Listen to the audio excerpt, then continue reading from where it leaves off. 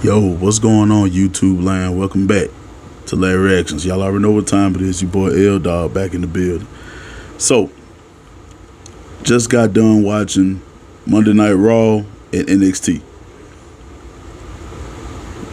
Very good shit. Very good shit. I was texting my brother the other day, and we got to talking about it, and he was saying that low key he's a little more excited for NXT Stand and Deliver than he is Mania. And I mean, don't get me wrong, NXT always bring it at the pay-per-views. They always bring it. But this year WrestleMania got banger after they got a stacked card. They got some great ass matches happening. So competition gonna be pretty stiff this year. I mean, especially since I believe they'll probably air on the first, which is that Stand and Deliver NXT. They'll probably air on the first, so that'll be that Friday, and then Mania will be the next two nights, Saturday and Sunday. And don't get me wrong, not taking nothing away from NXT. Man, Braun Breaker has been doing his thing. Shout out to him. He's almost been champion for 2 years. That's a feat. But NXT they got some talent over there. But the two main matches that I'm just really looking forward to, the championship match between Braun Breaker and Carmelo Hayes. That match there gonna be everything. I mean, both of these guys came in around the same time, and both of them have made their claim to let everybody know that, hey, these are the guys you can build a company around. Much respect to Carmelo Hayes and Braun Breaker. They can go in the ring. They really can go. They really got that talent. They really had that wrestling finesse, and they know how to put on the show. Real shit. Now, the next match that I'm looking forward to is the match for the North American title. Wesley. And it's going to be a fatal 5-way, and he gets to pick his 4 opponents. So that's going to be pretty interesting. Definitely looking forward to see who he picks and see if somebody possibly beats him for the North American title, which he's been doing a hell of a job defending. I mean, his matches are, man, and I'm just afraid if he ever gets the call up to go to the main roster, he's going to get buried just simply because of his size. I don't know, but it might be different now that Triple H is in charge. But then they say Vince, on the cool, Vince is back in creative. So I'm already seeing shades of it a little bit. Omos versus Brock Lesnar. Like I said before, that's got Vince's name written all over it. I mean, all over it. But I think Stand and Deliver is going to be a good show. I think it's going to be a really good show. I hate what happened to Roxanne Perez, and I know it's just due to the storyline. It's not an actual injury, but then again, it might be. Have to do some more research on it. It might be. Sometimes they'll do something on TV in the ring, like saying she passed out, but it might be something deeper. She might have a arm injury or a leg injury or something that need to be worked. Something. So they're having a 5-way or 6-way match to determine the new NXT Women's Champion. And I hate that for Roxanne Perez, because she is a beast. For somebody her size, I mean, her ring awareness is everything. She don't slip up. She don't miss up. She is everything in one small package. Real talk. Roxanne Perez is, man, if something is wrong, prayers for a speedy recovery. Definitely. But Now on the main roster side, on Monday Night Raw, wow.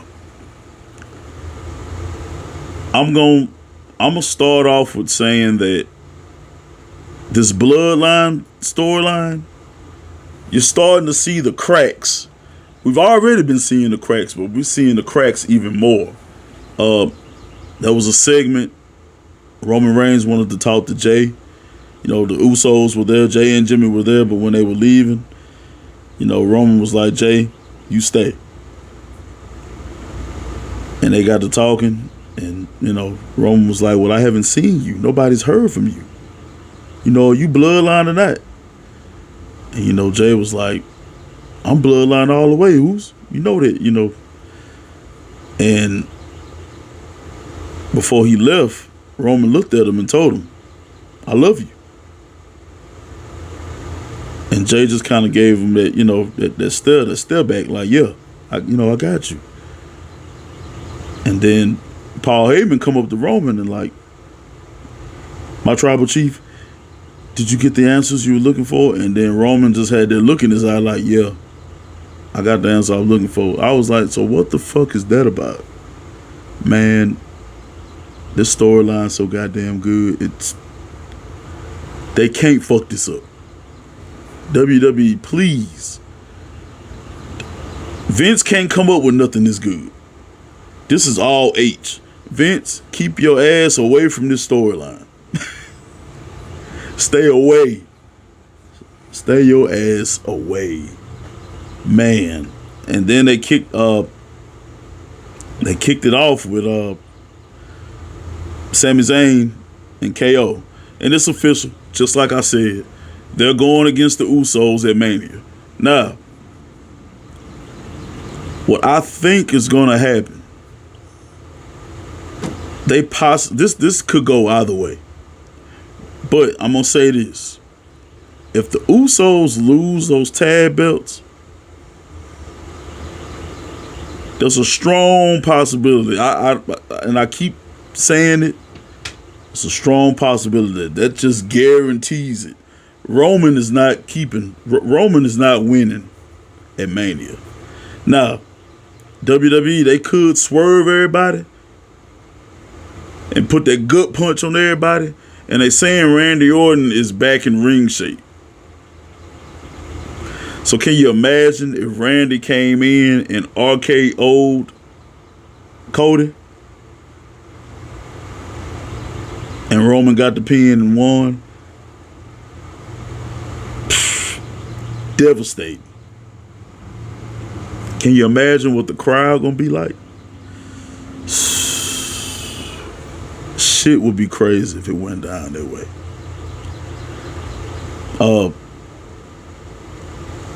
Bianca and Asuka, I'm looking forward to that. I think that's gonna be a good solid match. Now, the women's tag title situation, with Lita and Becky Lynch being women's tag team champions, and them teaming up with Trish Stratus against Damage Control. It's not for the titles. This is just a 3-on-3, and I get it. But it's definitely gonna be. I think the match gonna be all right. But who knows? It might be one of the ones to steal the show. But I don't know. Almost and Brock Lesnar. Honestly, I don't want to see suplexes for 8 minutes. This match shouldn't even go on for that long, unless they just do something that fucking wows everybody. And I highly doubt that Omos has worked on his moveset anymore. I mean, when you look at him, he got all the potential in the world. He a big guy, but it's hard to sell a big guy unless you can do some incredible shit. And he just seems one-dimensional. Like kind of like Brock. Kind of like Brock Lesnar. I mean, Brock Lesnar just like that guy they call in to beat up somebody. Oh, and we're gonna put him in the title picture. That's Brock Lesnar. But Omos is like, you need MVP to talk for him because he can't talk. And his move set it needs to be worked on a little bit. He has potential. He just got to find that that niche. You know what I'm saying? He just But that's just my opinion. But then, like I said, it might steal the show. It might be complete chaos when that match happens. Who knows? I'm really hoping they don't pull the ring break shit, but I'm thinking they might pull the ring collapsing thing. Brock probably gonna get him up on the top of a turnbuckle and superplex him, and the ring might break. And probably see that coming a mile away. But moving right along, Austin Theory and John Cena. That match is going to be good. It's going to be good. Austin Theory is a great heel. Great. The promo that they cut with each other, great. Of course, we all know John Cena is damn the second to none when it comes to cutting promos. So, but like I said before, Austin Theory needs this. He needs this win to solidify his place as a legitimate United States champion. He really does. So I'm really think that's gonna be a good match. Logan Paul versus Seth Rollins. My prediction for one of the matches of the night. Mark my words. They are going to pull out all the stops for that match. Definitely. I have no doubt in my mind Logan Paul is going to do some crazy off-the-wall ass shit. And Seth going to dish it back out. Mark my words. Watch.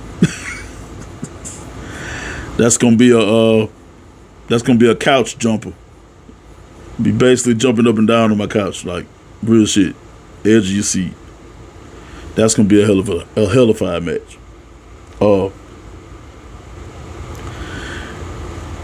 But they had a match. He had a match. Austin Theory had a match against Montez Ford.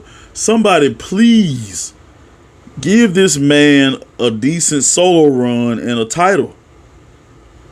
He need a title like yesterday.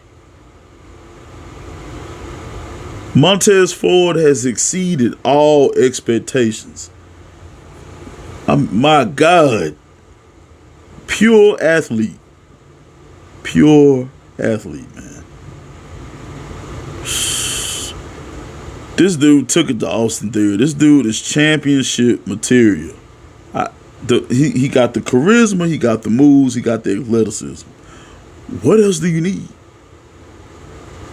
And I keep hearing they're going to possibly, Austin Theory made a crack about them when he fought Angelo Dawkins the other week, talking about in a couple of months, you guys might not even be employed.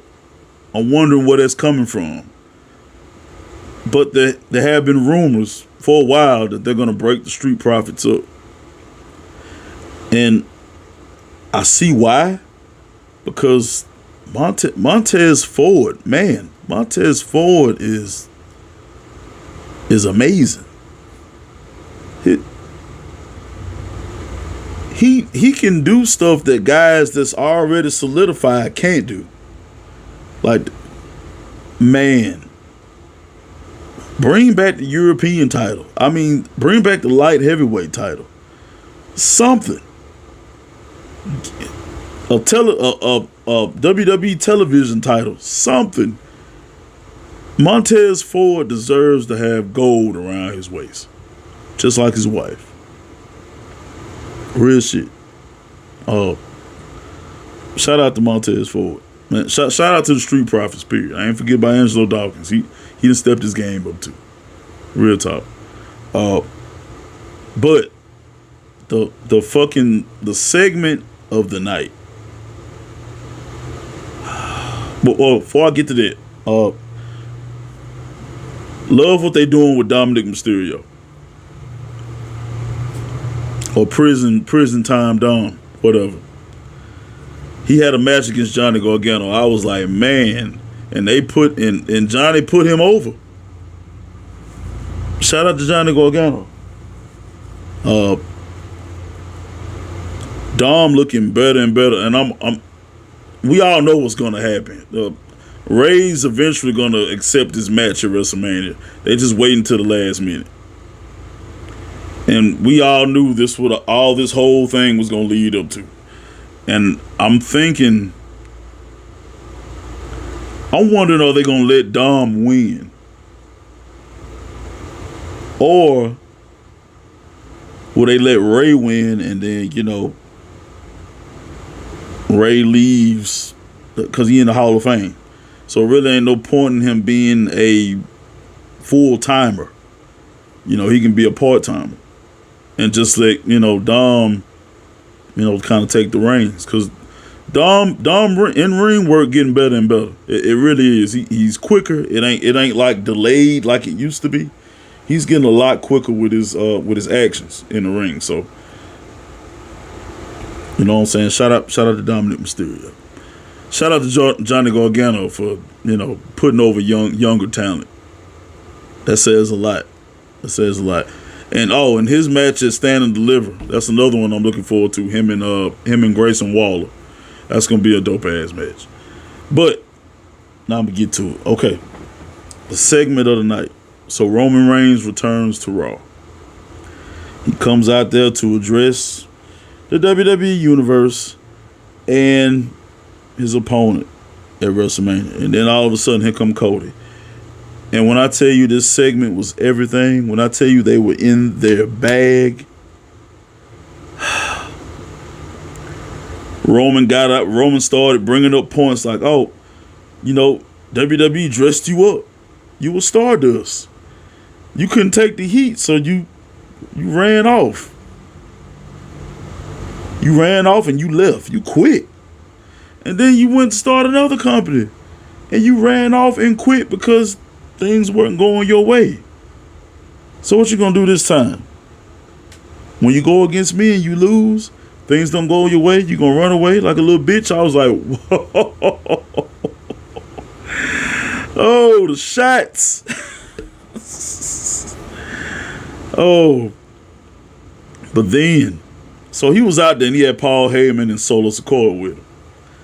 And then Cody Rhodes got to talking and he was like, "You're right." He said, "You're right, but everybody keeps bringing up my family." He was like, "My dad's not going to be there. My brother's not going to be there. Roman, it's going to be me facing you at WrestleMania." That shit was so good, and he just it felt genuine. And in a good promo, it's always, of course you have to have like that, but it's you have to be passionate when you're talking about the stuff that you went through, especially if somebody else mudslinging about your career. Because everything what Roman said, he did leave. But you had to put that extra, good punch in there.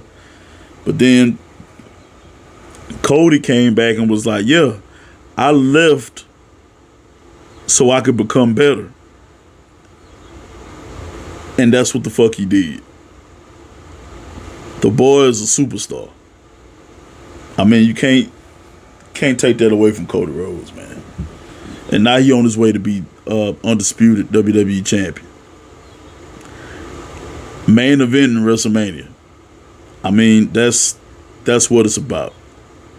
This segment was great. And then another thing he told Solo, he said, "I see your boy Solo looking at me crazy.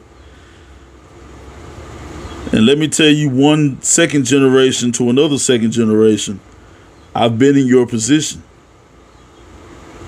I love that line because he's talking about when Cody was in Legacy.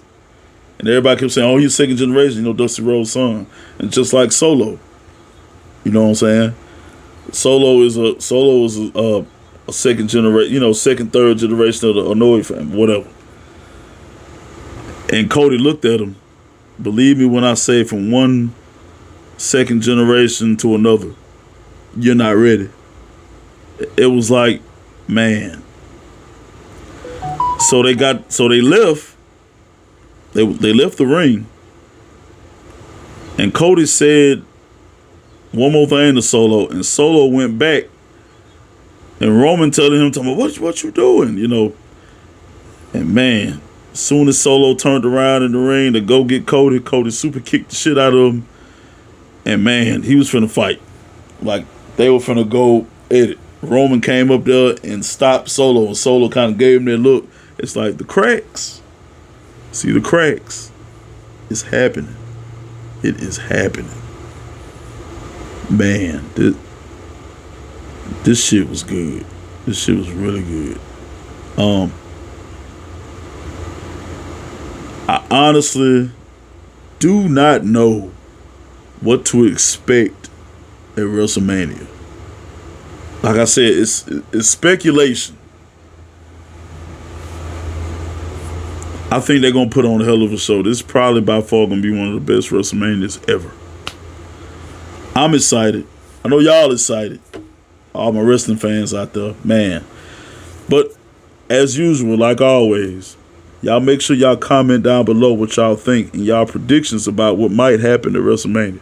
And make sure y'all like and subscribe. God bless the Fed. Whoa.